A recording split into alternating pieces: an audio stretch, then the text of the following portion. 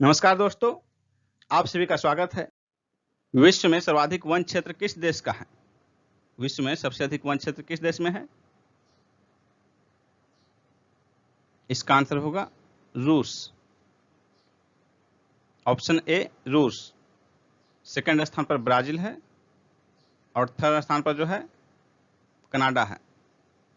सबसे अधिक विश्व में कुल वन क्षेत्र का सर्वाधिक भाग रूस में है, दूसरे स्थान पर ब्राजील और तीसरे स्थान पर कनाडा। सौर विकिरण की सबसे महत्वपूर्ण भूमिका है कार्बन चक्र में, हाइड्रोजन चक्र में, जल चक्र में, नाइट्रोजन चक्र में। इसका आंसर होगा ऑप्शन सी, जल चक्र में। वर्षा की मात्रा किस पर निर्भर करती है? हवा के दाब पर, वायुमंडल में नमी पर, जल चक्र पर, तापमान पर। इसका आंसर होगा ऑप्शन बी, वायुमंडल में नमी पर। वायुमंडल में नमी वर्षा की मात्रा का निर्धारण करती है। सभी प्रकार की वर्षा की मात्रा जैसे बूंदाबांदी, वर्षा, बर्फबारी इत्यादि वायुमंडल में नमी की मात्रा में बढ़ोतरी से बढ़ जाती है। निम्नलिखित नोबेल गैसों में से कौन सी वायु में नहीं पाई जाती है? इसका आंसर होगा ऑप्शन सी, रेडॉन। निम्नलिखित में से कौन सा कार्य पेड़ पौधों का नहीं है? कार्बन डाइऑक्साइड का अवशोषण, शोर का अवशोषण, वायु का प्रदूषण, ऑक्सीजन की विमुक्ति। इसका आंसर होगा ऑप्शन सी, वायु का प्रदूषण। पेड़ पौधे वायु का प्रदूषण नहीं करते बल्कि वायु के प्रदूषण को कम करने का कार्य करते हैं। पृथ्वी शिखर सम्मेलन का आयोजन कहाँ किया गया था? इसका आंसर होगा ऑप्शन बी, रियो में। यूएनओ द्वारा पर्यावरण एवं सतत विकास पर पहला पृथ्वी शिखर सम्मेलन 1992 में ब्राजील के रियो डी जेनेरियो में आयोजित किया गया था। पृथ्वी सम्मेलन +5 कब आयोजित हुआ था? इसका आंसर होगा ऑप्शन डी, 1997 में। संयुक्त राष्ट्र संघ द्वारा पर्यावरण एवं सतत विकास पर पहला पृथ्वी शिखर सम्मेलन 1992 में ब्राजील के रियो डी जेनेरियो में आयोजित किया गया था। इसके ठीक 5 वर्ष बाद 23 से 27 जून 1997 के मध्य न्यूयॉर्क में संयुक्त राष्ट्र महासभा ने एक विशेष बैठक का आयोजन किया जिसे रियो +5 या पृथ्वी सम्मेलन +5 के नाम से जाना जाता है। राष्ट्रीय पर्यावरण अभियांत्रिकी शोध संस्थान नीरी कहाँ स्थित है? इसका आंसर होगा नागपुर। नीरी नागपुर, सी आंसर होगा। नीरी की स्थापना 1998 में नागपुर में की गई थी। यह भारत सरकार के विज्ञान एवं प्रौद्योगिकी मंत्रालय के अधीन कार्य करता है। UNEP, United Nations Environment Programme का मुख्यालय कहाँ स्थित है?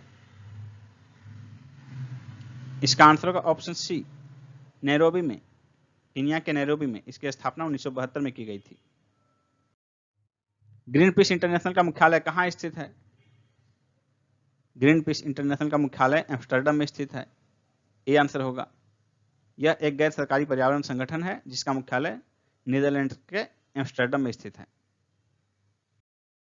भारत में पर्यावरण संरक्षण अधिनियम कब पारित हुआ? 1986 में। बी आंसर होगा। पारिस्थितिकी निम्नलिखित में से किनके बीच पारस्परिक संबंधों का अध्ययन है? पारिस्थितिकी जीव एवं उनके वातावरण के बीच संबंधों का अध्ययन है। ए आंसर होगा। पारिस्थितिकी तंत्र की संकल्पना को किसने प्रस्तावित किया था? टांसले ने। पारिस्थितिकी तंत्र टांसले ने प्रतिपादित किया था 1935 ईस्वी में। डी आंसर होगा। निम्न में से कौन पारिस्थितिकी तंत्र के विषय में सही नहीं है? यह जैविक एवं अजैविक दोनों संघटकों से युक्त होता है। इसकी अपनी स्वयं की उत्पादकता होती है। यह एक बंद तंत्र होता है। यह प्राकृतिक संसाधन तंत्र होता है। इसमें सही जो है ए, बी और डी तीन सही है। गलत है ऑप्शन सी, यह एक बंद तंत्र होता है। यह गलत आंसर है। पृथ्वी का सर्वाधिक वृहद पारिस्थितिकीय तंत्र निम्नलिखित में से कौन है? इसका आंसर होगा ऑप्शन डी, जैवमंडल। निम्नलिखित में से कौन सा एक पारितंत्र इकोसिस्टम शब्द का सर्वोत्कृष्ट वर्णन है? इसका आंसर होगा ऑप्शन सी, जीवों का समुदाय और साथ ही वह पर्यावरण जिसमें वे रहते हैं, इसे इकोसिस्टम या पारितंत्र कहा जाता है। सी आंसर होगा। निम्नलिखित में से कौन सा जीव से जैवमंडल तक जैविक संगठन का सही क्रम है? जनसंख्या, पारिस्थितिकी तंत्र, समुदाय और भूदृश्य में सही क्रम कौन सा है? सही क्रम होगा ऑप्शन सी, जनसंख्या, समुदाय, पारिस्थितिकी तंत्र, भूदृश्य। सी आंसर होगा। निम्न में से कौन सा एक कृत्रिम पारितंत्र है? इसका आंसर होगा ऑप्शन बी, खेत। वन, तालाब तथा झील प्राकृतिक पारितंत्र हैं, जबकि बगीचा तथा खेत मानव निर्मित कृत्रिम पारितंत्र होते हैं। सबसे अधिक स्थिर पारिस्थितिकी तंत्र कौन सा है? इसका आंसर होगा ऑप्शन ए, सागरीय महासागर। सागरीय पारिस्थितिकी तंत्र अपनी रासायनिक संरचना के कारण लगभग स्थिर रहता है। निम्न में से कौन सा एक पारिस्थितिकी संतुलन बनाए रखने में मदद नहीं करता? इसका आंसर होगा ऑप्शन ए, वनों को काटना। वनों को काटने से पारिस्थितिकी तंत्र का संतुलन बनता नहीं बल्कि बिगड़ जाता है। एक घास स्थलीय पारिस्थितिकी तंत्र के खाद्य श्रृंखला में विभिन्न घटकों का सही क्रम कौन सा है? इसका आंसर होगा ऑप्शन ए, घास, टिड्डा, मेढक, सर्प। इनमें से कौन खाद्य श्रृंखला का निर्माण करता है? इसका आंसर होगा ऑप्शन बी, घास, बकरी, आदमी। घास जो है यह प्राथमिक उत्पाद है और बकरी घास को खाती है तो प्राथमिक उपभोक्ता है बकरी, और मनुष्य बकरी को खाता है तो द्वितीयक उपभोक्ता होता है। मनुष्य के साथ दोनों स्थिति होते हैं, प्राथमिक उपभोक्ता और द्वितीयक उपभोक्ता दोनों की स्थिति आती है। घास या इसी की जगह कोई फल है तो जब आदमी फल का सेवन करेगा तो उसमें वो प्राथमिक उपभोक्ता होगा, लेकिन जब वो बकरी का सेवन करेगा तो उसमें द्वितीयक उपभोक्ता होगा। खाद्य श्रृंखला में मानव प्राथमिक एवं द्वितीयक उपभोक्ता दोनों है। डी आंसर होगा। जब मनुष्य शाकाहारी सेवन करता है, फल फूल का सेवन जब करता है तो प्राथमिक उपभोक्ता होता है, लेकिन जब वो मांस का सेवन करता है तो उसमें द्वितीयक उपभोक्ता होता है। क्योंकि मान लीजिए कि मनुष्य बकरी का सेवन कर रहा है, बकरी के मांस का, तो बकरी प्राथमिक उपभोक्ता होगी, घास फूस खाती है, और बकरी को खाने वाला जो है द्वितीयक उपभोक्ता हो गया। तो शाकाहारी के रूप में मनुष्य प्राथमिक उपभोक्ता होता है और मांसाहारी के रूप में मनुष्य द्वितीयक उपभोक्ता होता है। पारिस्थितिकीय तंत्र में जैविक घटकों में कौन उत्पादक घटक है? गाय, मोर, बाघ, हरे पौधे। इसका आंसर होगा ऑप्शन डी, हरे पौधे। ये उत्पादक घटक हैं। शेष तीन जो हैं वो तीनों उपभोक्ता घटक हैं। शाकाहारी जीव जो है प्राथमिक उपभोक्ता हो जाएंगे और मांसाहारी वो प्राथमिक उपभोक्ता को खाते हैं, इसलिए वो द्वितीयक उपभोक्ता हो जाएंगे। प्रथम पोषक स्तर के अंतर्गत कौन आते हैं? इसका आंसर होगा ऑप्शन डी, हरित पादप। निम्नलिखित में से कौन सा एक आहार श्रृंखला का सही क्रम है?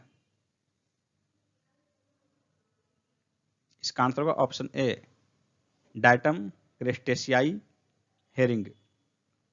डायटम स्वपोषी है, क्रस्टेशियाई जो है ये शाकाहारी उपभोक्ता है, और हेरिंग मांसाहारी उपभोक्ता है।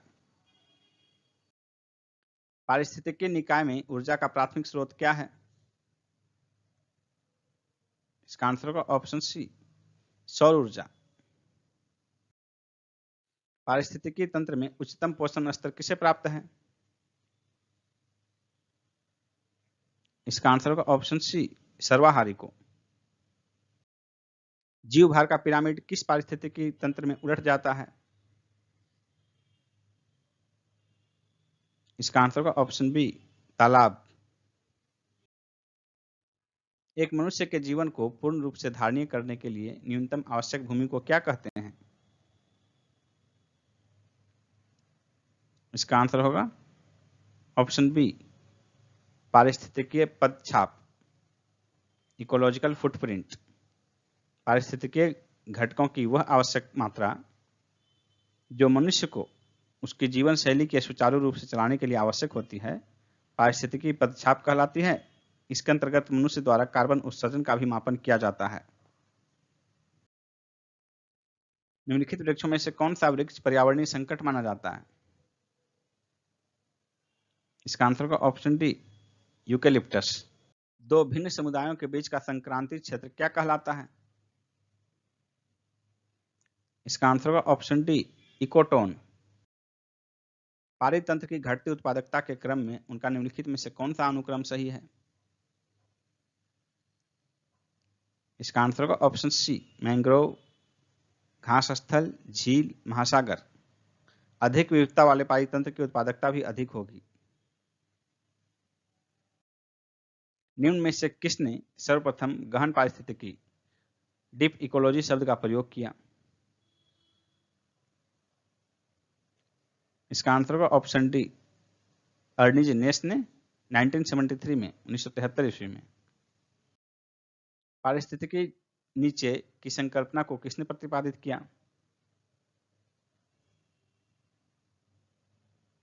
इसका आंसर होगा ऑप्शन ए, ग्रीनेल ने।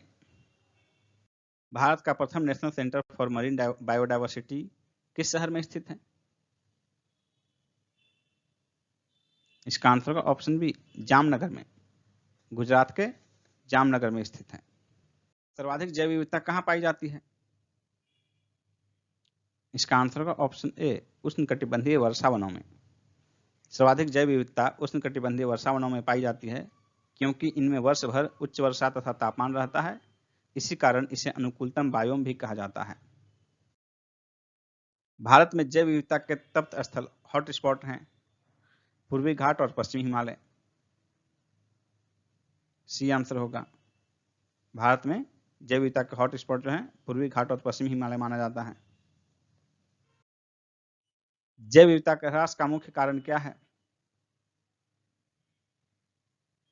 इसका आंसर होगा ऑप्शन डी, प्राकृतिक आवासीय विनाश। निम्नलिखित में से कौन सा स्थल वनस्पति संरक्षण हेतु स्वस्थान पद्धति इन सीटू नहीं है? इसका आंसर होगा ऑप्शन बी, वानस्पतिक उद्यान, बॉटनिकल गार्डन। राष्ट्रीय उद्यानों में आनुवांशिक विविधता का रखरखाव कैसे किया जाता है? इसका आंसर होगा ऑप्शन ए, इन सीटू संरक्षण द्वारा। जब किसी वनस्पति या जीवों का संरक्षण उनके मूल प्राकृतिक आवास में ही किया जाता है तो इसे इन सीटू संरक्षण कहते हैं, जबकि उन्हें कहीं दूसरे स्थान पर संरक्षित किया जाए तो उसे एक्स सीटू संरक्षण कहा जाता है।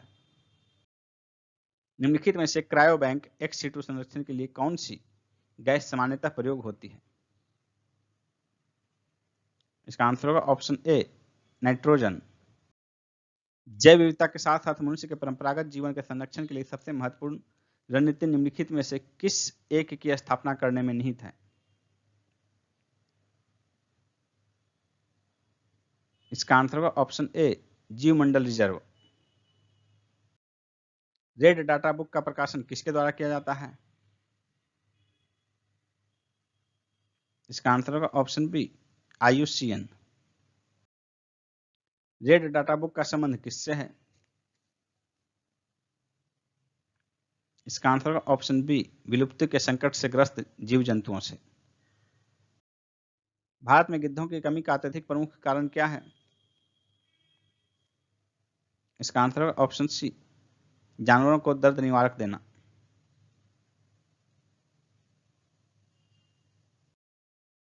रामसर सम्मेलन किसके संरक्षण से संबंधित है? इसका आंसर होगा ऑप्शन सी, नम भूमि के, वेटलैंड। रामसर सम्मेलन नम भूमि के संरक्षण से संबंधित है। ईरान के रामसर नगर में 2 फरवरी 1971 को हुई बैठक के बाद इस कॉन्फ्रेंस की नींव पड़ी। यह 1975 से पूर्णतः क्रियान्वित हुआ। निम्नलिखित राज्यों में से किसमें भारत की सबसे बड़ी अंतर्देशीय लवणीय आर्द्र भूमि है? इसका आंसर होगा ऑप्शन ए, गुजरात में। दूसरा, आंध्र प्रदेश। किस पर्यावरण में जैव द्रव्यमान का वार्षिक उत्पादन न्यूनतम होता है? इसका आंसर होगा ऑप्शन ए गहरे सागर। जैव द्रव्यमान के उत्पादन की दृष्टि से उष्णकटिबंधीय वर्षावन प्रथम स्थान पर आते हैं। गहरे सागर में वार्षिक स्तर पर नगण्य जैव द्रव्यमान उत्पादन होता है। ग्रीन हाउस गैसों की संकल्पना किसने की थी? जोसेफ फोरियर ने। सी आंसर होगा। पर्यावरण में ग्रीन हाउस प्रभाव में वृद्धि किसके कारण होती है? इसका आंसर होगा ऑप्शन बी कार्बन डाइऑक्साइड के कारण। निम्नलिखित में से कौन सी प्राकृतिक रूप से पाई जाने वाली ग्रीन हाउस गैस सर्वाधिक ग्रीन हाउस इफेक्ट करती है? इसका आंसर होगा ऑप्शन डी जलवाष्प। निम्नलिखित गैसों में कौन सी एक गैस धरती पर जीवन के लिए हानिकारक और लाभदायक दोनों है? इसका आंसर होगा ऑप्शन डी कार्बन डाइऑक्साइड। धान के खेतों से उत्पन्न होने वाली गैस जो कि भूमंडलीय तापमान वृद्धि से संबद्ध है, कौन सी है? इसका आंसर होगा ऑप्शन बी मीथेन। धान का खेत या कोई भी दलदली क्षेत्र में मीथेन का उत्सर्जन होता है, उससे मीथेन गैस निकलता है। या कोई खरपतवार जो है उनके नष्ट होने से, उनके सड़ने से भी उससे मीथेन निकलता है। पशुओं के जुगाली से भी मीथेन गैस निकलता है। जुगाली करने वाले पशुओं से किस ग्रीन हाउस गैस का निस्सरण होता है? इसका आंसर होगा ऑप्शन बी मीथेन। आज कार्बन डाइऑक्साइड के उत्सर्जन में सर्वाधिक योगदान करने वाला देश कौन है? इसका आंसर होगा ऑप्शन ए चीन। निम्नलिखित में से किस देश को दुनिया में कार्बन निगेटिव देश के रूप में जाना जाता है? इसका आंसर होगा option C Bhutan. Kyoto protocol किससे संबंधित है? इसका आंसर होगा ऑप्शन बी जलवायु परिवर्तन से। वर्ष 1997 में विश्व पर्यावरण सम्मेलन कहाँ आयोजित किया गया था? इसका आंसर होगा ऑप्शन सी क्योटो में। 1997 में विश्व पर्यावरण सम्मेलन जापान के क्योटो शहर में आयोजित किया गया था। इसी सम्मेलन के दौरान क्योटो प्रोटोकॉल को अपनाया गया, जो कि 16 फरवरी 2005 से प्रभावी हुआ था। कार्टाजेना प्रोटोकॉल का संबंध किससे है? इसका आंसर होगा ऑप्शन ए जैव सुरक्षा समझौते से।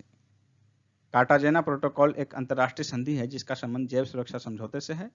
इसे 29 जनवरी 2000 ईस्वी को स्वीकार किया गया तथा 11 सितंबर 2003 से लागू हुआ। भारत ने 23 जनवरी 2003 को जैव सुरक्षा पर कार्टाजेना प्रोटोकॉल की पुष्टि की। कार्बन क्रेडिट का दृष्टिकोण इनमें से किससे शुरू हुआ? इसका आंसर होगा ऑप्शन ए क्योटो प्रोटोकॉल से। निम्नलिखित में से कौन सही सुमेलित नहीं है? इसका आंसर होगा ऑप्शन डी कार्बन व्यापार मॉन्ट्रियल प्रोटोकॉल। कार्बन व्यापार का संबंध मॉन्ट्रियल प्रोटोकॉल से नहीं बल्कि क्योटो प्रोटोकॉल से है। शेष जो है ए बी और सी, इनका मिलान सही है। सूर्य के प्रकाश से पराबैंगनी विकिरण अभिक्रिया निम्न में से क्या पैदा करती है? इसका आंसर होगा ऑप्शन सी ओजोन। वायुमंडल में उपस्थित ओजोन द्वारा निम्न में से कौन सा विकिरण अवशोषित किया जाता है? इसका आंसर होगा ऑप्शन सी पराबैंगनी। निम्न में से किसमें ओजोन की सर्वाधिक सांद्रता मिलती है?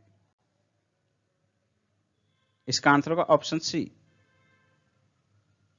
स्ट्रेटोस्फीयर में। इनमें से कौन क्लोरोफ्लोरोकार्बन के लिए सत्य नहीं है? यह प्रशीतकों के रूप में प्रयोग में लाई जाती है, सही है।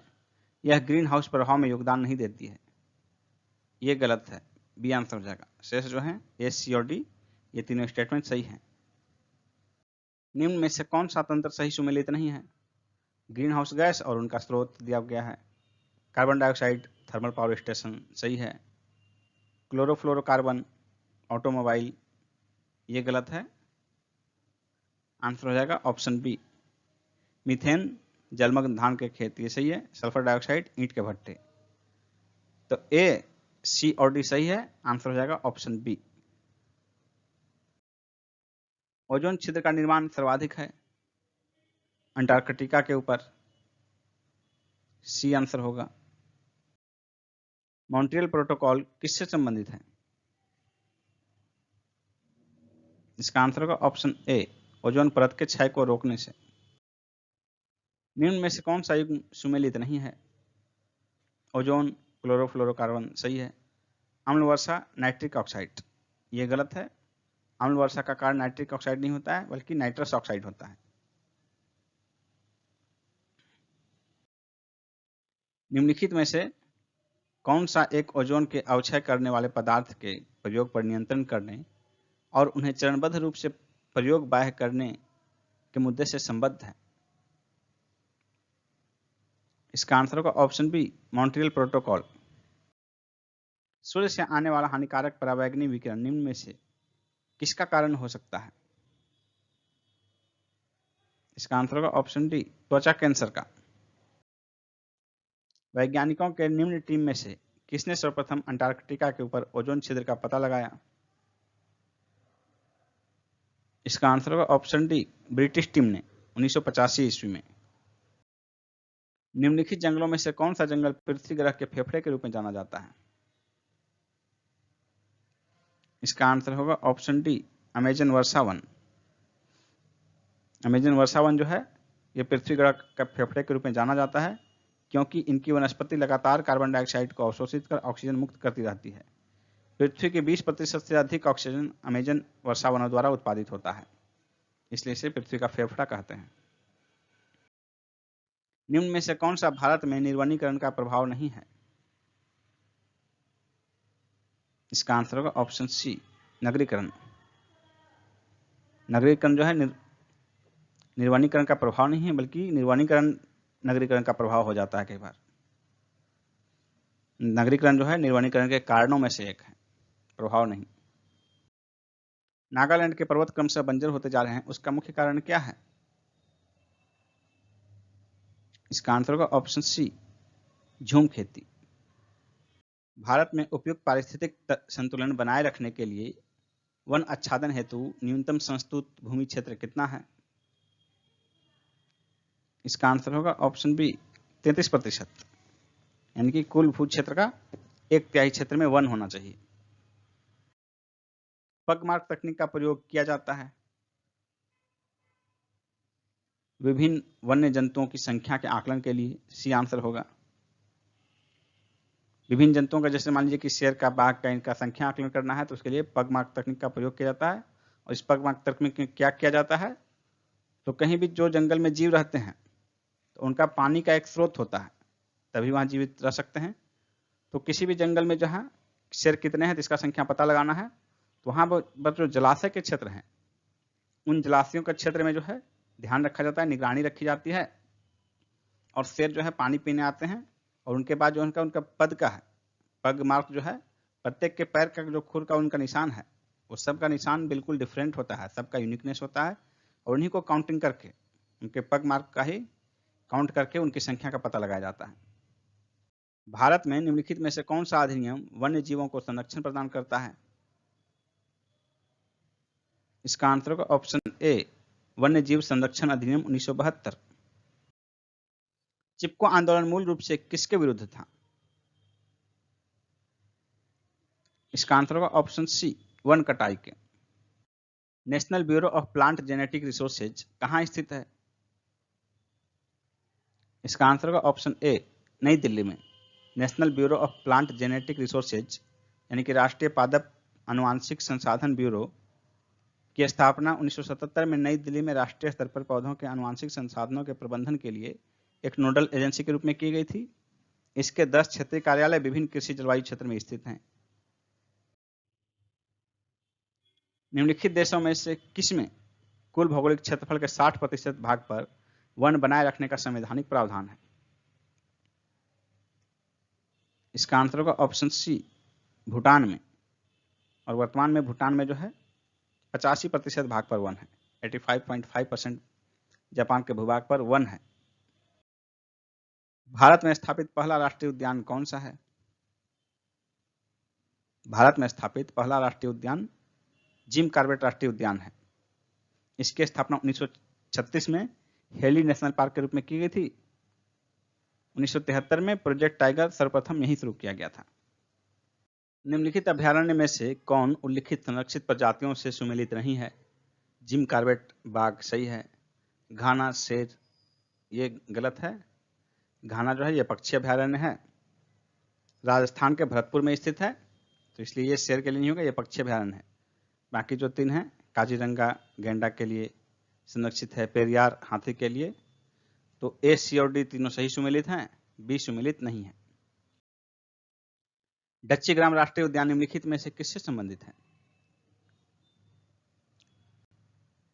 इसका आंसर होगा ऑप्शन डी, हंगुल या कश्मीरी स्टैग।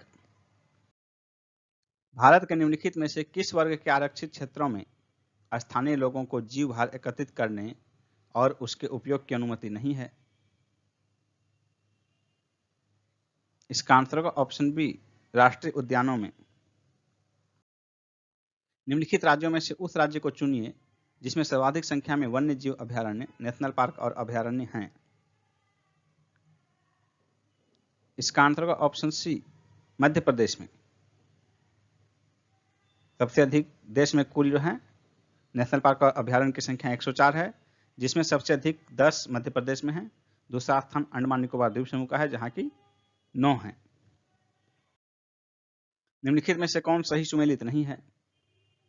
राष्ट्रीय उद्यान और किस राज्य में अवस्थित है? बांदीपुर कर्नाटक सही है। राजाजी उत्तराखंड सही है। सिमलीपाल ओडिशा ये भी सही है। पीन वैली अरुणाचल प्रदेश गलत है। पीन वैली जो है ये अरुणाचल प्रदेश में नहीं है बल्कि हिमाचल प्रदेश में है, इसलिए आंसर हो जाएगा ऑप्शन डी। निम्नलिखित में से कौन सही सुमेलित नहीं है? बांदीपुर राष्ट्रीय उद्यान कर्नाटक में सही है। मानस वन्यजीव अभयारण्य असम में ये भी सही है। पेरियार वन्यजीव अभयारण्य केरल ये भी सही है। सिमलीपाल राष्ट्रीय उद्यान मध्य प्रदेश ये गलत है। सिमलीपाल जो है मध्य प्रदेश में नहीं, ओडिशा में स्थित है। उड़ीसा के मयूरगंज जिले में स्थित है ये सिमलीपाल राष्ट्रीय उद्यान, और इसकी स्थापना जो है 1980 में की गई थी। आंसर होगा ऑप्शन डी। निम्नलिखित में से कौन सुमेलित नहीं है? काजीरंगा राष्ट्रीय उद्यान असम सही है। कॉर्बेट राष्ट्रीय उद्यान उत्तराखंड ये भी सही है। बांदीपुर राष्ट्रीय उद्यान तमिलनाडु ये गलत है। बांदीपुर तमिलनाडु में नहीं बल्कि कर्नाटक में स्थित है। और संजय राष्ट्रीय उद्यान मध्य प्रदेश। ए, बी और डी तीनों जो है सही सुमेलित हैं। सी जो है सही सुमेलित नहीं है, इसलिए आंसर हो जाएगा ऑप्शन सी।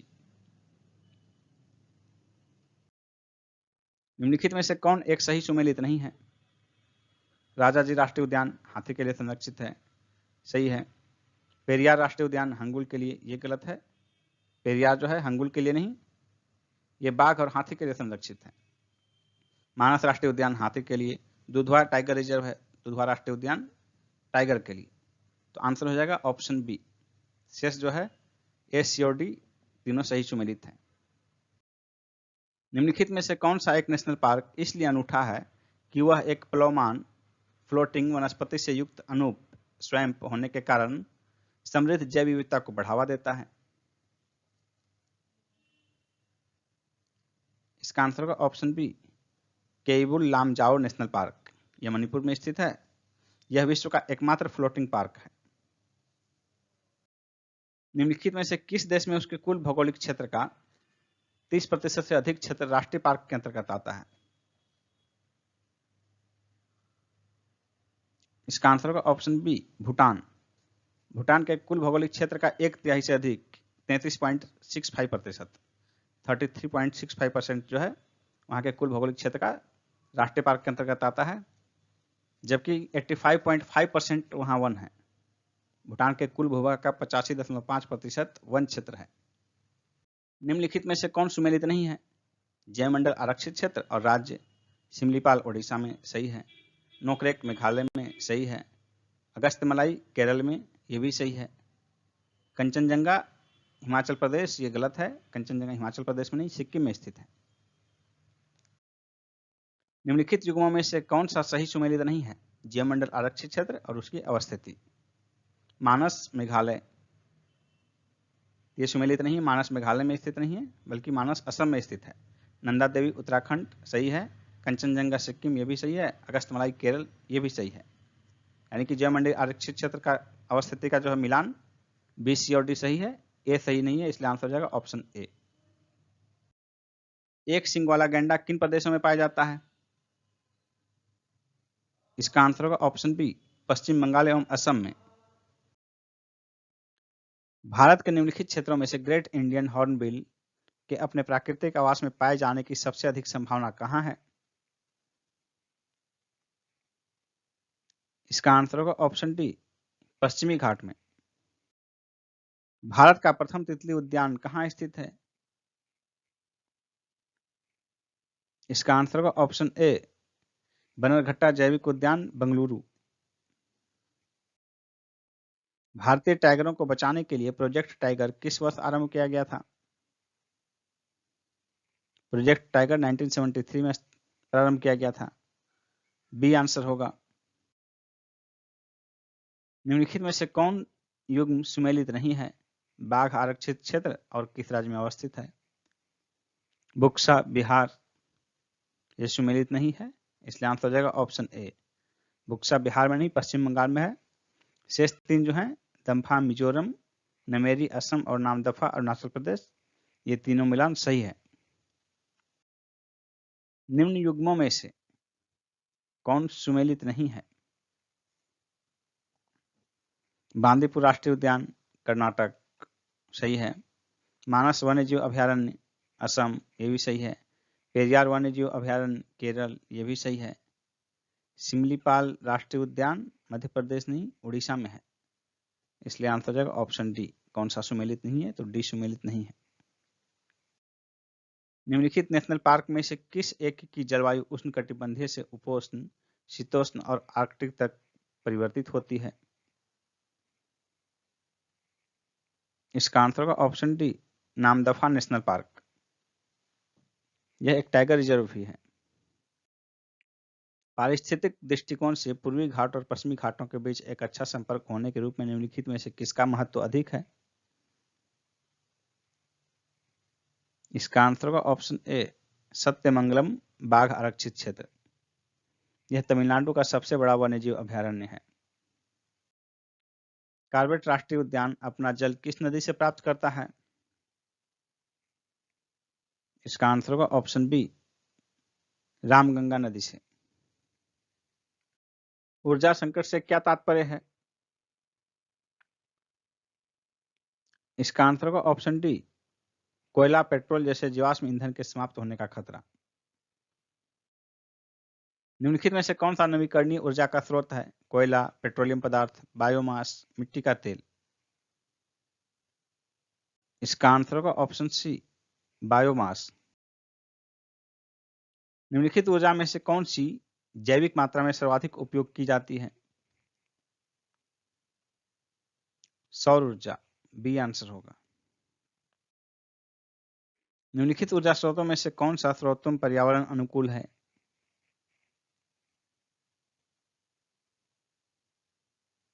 इसका आंसर होगा ऑप्शन डी, सौर सेल। अंतर्राष्ट्रीय सौर गठबंधन का प्रथम शिखर सम्मेलन निम्नलिखित में से किस शहर में हुआ था? इसका आंसर होगा ऑप्शन ए, नई दिल्ली में। अंतर्राष्ट्रीय सौर गठबंधन सौर ऊर्जा पर आधारित देशों का एक संगठन है जिसका शुभारंभ भारत और फ्रांस द्वारा 30 नवंबर 2005 को पेरिस में किया गया। इस गठबंधन का प्रथम शिखर सम्मेलन 11 मार्च 2018 को नई दिल्ली में संपन्न हुआ। विश्व का प्रथम पूर्ण रूप से सौर ऊर्जा से संचालित अंतर्राष्ट्रीय हवाई पत्तन कौन सा है? इसका आंसर होगा ऑप्शन बी, कोच्चि, केरल में। निम्न में से कौन सी बायोडीजल की फसल है? बायोडीजल की फसल जेट्रोफा है, सी आंसर होगा।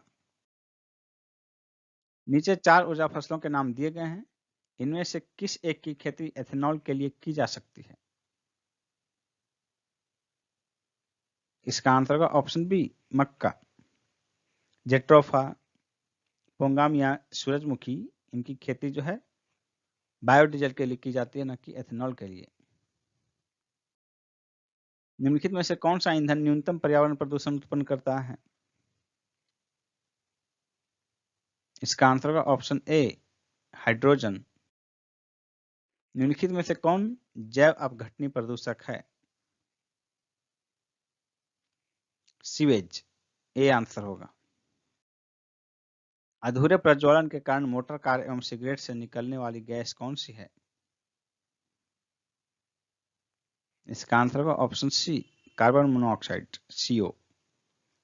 कार्बन मोनोऑक्साइड रक्त के हीमोग्लोबिन के साथ क्रिया करके एक अस्थायी यौगिक बना लेती है, जिससे हीमोग्लोबिन ऑक्सीजन को ऊतकों तक नहीं पहुंचा पाता है।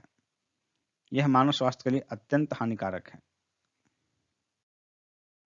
मोटर वाहनों से निकलने वाली निम्न में से कौन सी एक मुख्य प्रदूषक गैस है? इसका आंसर होगा ऑप्शन बी कार्बन मोनोऑक्साइड। वाहनों में पेट्रोल के जलने से कौन सी धातु वायु को प्रदूषित करती है? इसका आंसर होगा ऑप्शन सी लेड। वाहनों में पेट्रोल के जलने से लेड धातु उत्सर्जित होती है, जो वायु को प्रदूषित करती है। लेड को इंजन में नॉकिंग रोकने के लिए प्रयुक्त किया जाता है। निम्नलिखित वायु प्रदूषकों में से कौन रक्त धारा को दुष्प्रभावित कर मौत उत्पन्न कर सकता है? इसका आंसर होगा option D carbon monoxide CO। निम्नलिखित में से कौन वायु प्रदूषक सर्वाधिक हानिकारक है? Ozone, hydrogen sulphide, carbon dioxide, carbon monoxide. इसका आंसर होगा option D carbon monoxide CO।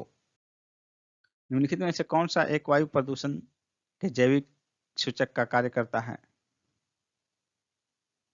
इसका आंसर होगा ऑप्शन ए लाइकेन। लाइकेन पेड़ों की छालों पर उगे हुए होते हैं। लाइकेन का निर्माण शैवाल तथा कवक के द्वारा होता है। वायु प्रदूषण का सबसे अधिक प्रभाव लाइकेन पर पड़ता है, क्योंकि ये बड़े संवेदनशील होते हैं। लाइकेन निम्न में से किसका सबसे अच्छा सूचक है? वायु प्रदूषण का ए आंसर होगा। इंडोर वायु प्रदूषण का सर्वाधिक महत्वपूर्ण प्रदूषक कौन सा है? इसका आंसर होगा option D radon gas. Cigarette के धुएं में मुख्य प्रदूषक क्या है?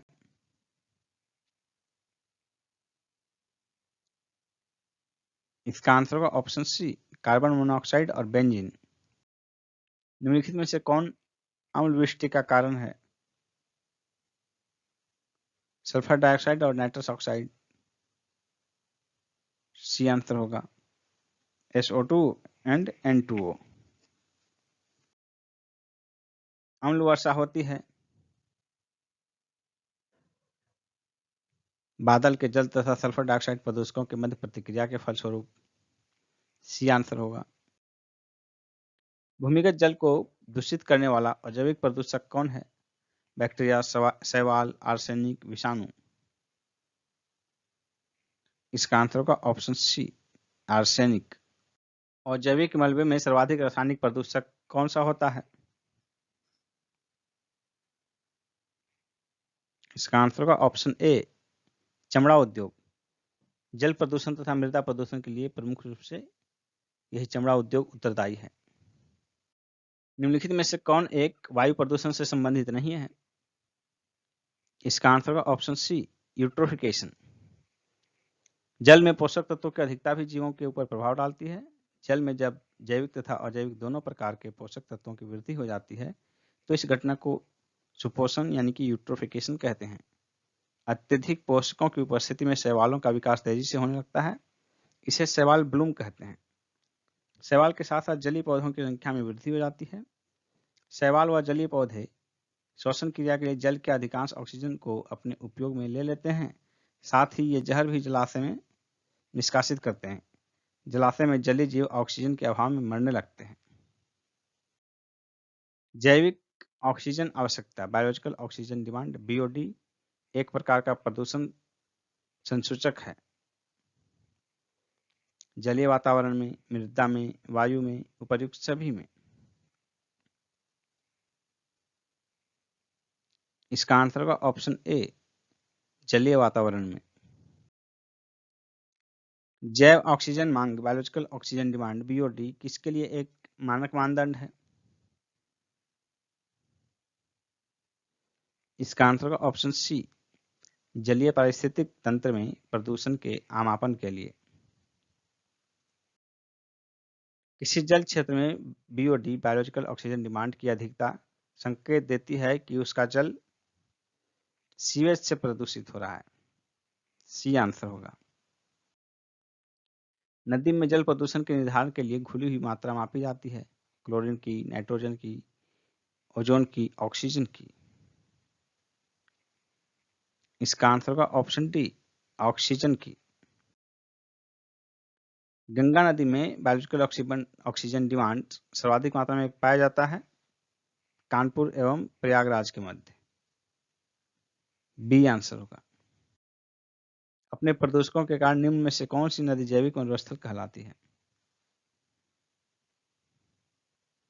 इसका आंसर होगा ऑप्शन सी, दामोदर नदी। कोयला खनन एवं औद्योगिक क्षेत्रों से प्रवाहित होने के कारण यह देश की अति प्रदूषित नदी बन गई है। गिरिडीह एवं दुर्गापुर के बीच 300 किलोमीटर लंबे मार्ग में यह जैविक मरुस्थल होकर रह गई है। ध्वनि प्रदूषण को मापने हेतु निम्नलिखित में से किस इकाई का प्रयोग किया जाता है? इसका आंसर होगा ऑप्शन बी, डेसिबल। किस प्रकार के प्रदूषण से बचने के लिए ग्रीन मफलर का उपयोग किया जाता है? इसका आंसर होगा ऑप्शन डी, ध्वनि यानी कि शोर। पॉलीथीन की थैलियों को नष्ट नहीं किया जा सकता क्योंकि वे बनी होती हैं पॉलीमर से। सी आंसर होगा। चेरनोबिल दुर्घटना किससे संबंधित है?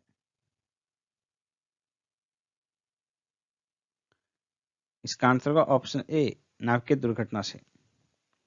26 अप्रैल 1956 को रूस के चेरनोबिल स्थित परमाणु केंद्र में नाभिकीय दुर्घटना हुई थी। मानवीय भूल के कारण घातक रेडियोधर्मी कण वातावरण में प्रविष्ट हो गए थे। निम्न में से कौन सा सही सुमेलित नहीं है? प्रदूषक और उससे होने वाली बीमारी। पारा मिनीमाता सही है। कैडमियम इटाई इटाई ये भी सही है। Nitrate ion blue baby syndrome ये भी सही है। फ्लोराइड आयन अपच ये गलत है।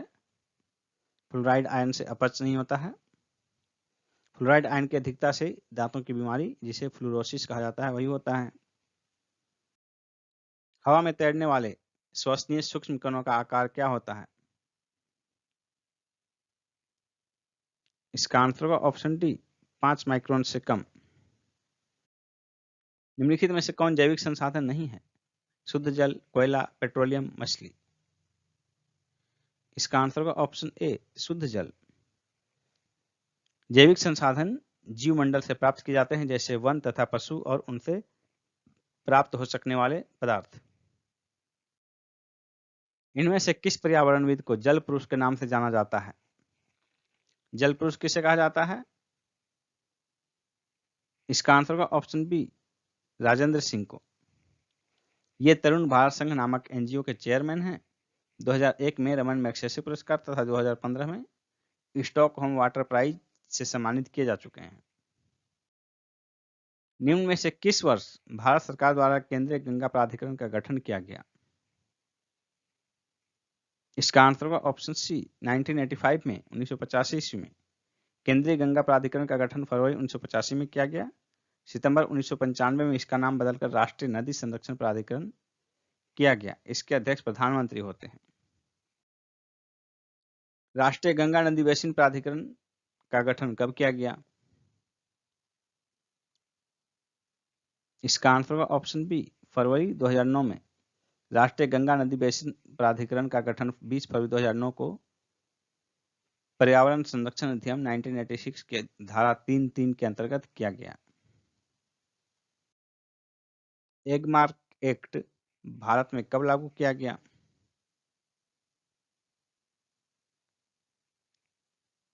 इसका आंसर होगा ऑप्शन ए,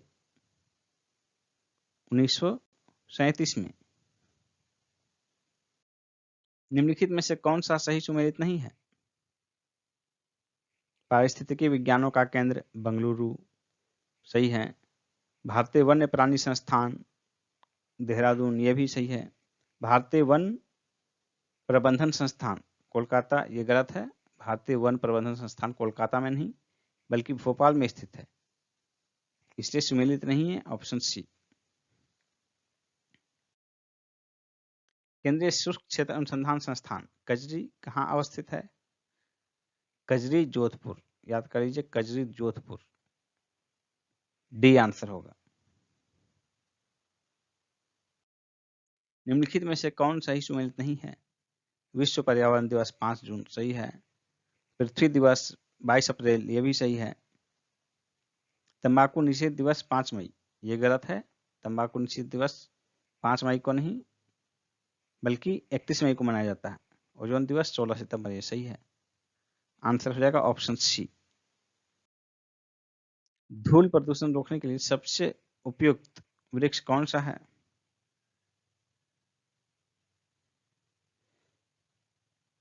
इसका आंसर होगा ऑप्शन ए, सीता अशोक। पृथ्वी शिखर सम्मेलन का आयोजन कहाँ किया गया था? इसका आंसर होगा ऑप्शन बी, रियो में। यूएनओ द्वारा पर्यावरण एवं सतत विकास पर पहला पृथ्वी शिखर सम्मेलन 1992 में ब्राजील के रियो डी जेनेरियो में आयोजित किया गया था।